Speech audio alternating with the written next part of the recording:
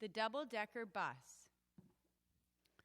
The minute I wake up, even before I open my eyes, I know it's a nice day out.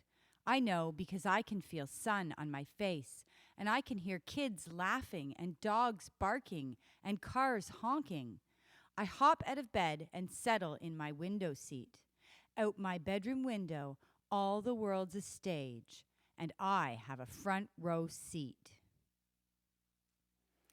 There's Mr. Peshkov, my downstairs neighbor, reading the paper on the bench. Mrs. Rivera is shopping with her baby at the fruit and vegetable stand. Matthew, who's walking his big dog, Brandy, sees me and waves. The street is alive, too. There are cars and delivery trucks, taxis, and a couple of bicycles. And look, there it is, the double-decker bus. I love double-decker buses. I love the red and white seats. I love the way you can sit on the top deck or on the bottom deck. I like to sit on the top, of course. There's no roof up there, so the breeze blows in your face, and you can see the sky and the tops of the buildings and the trees. But most of all, I love the double-decker buses because my daddy drives one. When a double-decker bus comes by, I like to figure out how many passengers are on it. On this bus, I can see 5 people on the upper deck and 4 people on the lower deck. Sometimes the bus pulls away from the stop too soon, and I don't have time to count them all.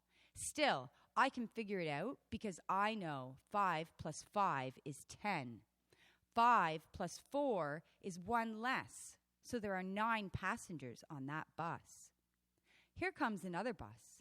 I wonder how many passengers are riding on this bus. I remember one day when the sky was really blue. It was so beautiful that even the birds were singing extra loudly. That day, the top seats, all 10 of them, were always full. Just a few people sat on the bottom deck. Maybe they want to sit on the upper deck too, but there was no room, except for the lady with the gigantic straw hat and sunglasses. She probably just wanted to stay out of the sun. I like it when Daddy tells me about the buses. Sometimes, he says, when people get on the bus, they ask me if there are any seats on the upper deck, but I can't tell them because I can't see up there. I helped him figure it out. I told him if he knew how many people were on the bus altogether, he could just subtract the people he could see on the bottom. Then he would know how many were on the top. He liked my idea, and he tried it. That night, when Daddy came home from work, he told me that the idea had worked.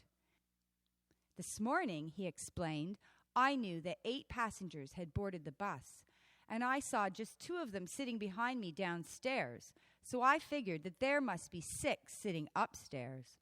I know that there are 10 seats upstairs, so I was able to tell a lady who asked that there were 4 seats empty on top. I felt proud that I could help my daddy. On another day, when Daddy came home, he told me that in the afternoon, 10 passengers were riding on his bus, and all of them sat upstairs. But then the sky got a little dark, he said, and a few raindrops started falling. First, a lady in a yellow sundress came down to the lower deck. I think she was cold. Then a man with a newspaper came down. His newspaper was already a little wet. Then it started drizzling, Daddy said, and a lady with a little boy came down. He wanted to stay on the top, but the lady wouldn't let him. Soon it was pouring, and the rest came down one by one until all 10 passengers were on the bottom to get out of the bad weather. But today, it's not raining. The sun is shining brightly on my face as I sit on my seat looking out the window. I think that today everyone will rush to get to the seats on the upper deck. When I grow up, I want to drive a bus too and greet the passengers and help them get where they're going. And when I do, it's definitely going to be a double-decker bus because that's twice as much fun.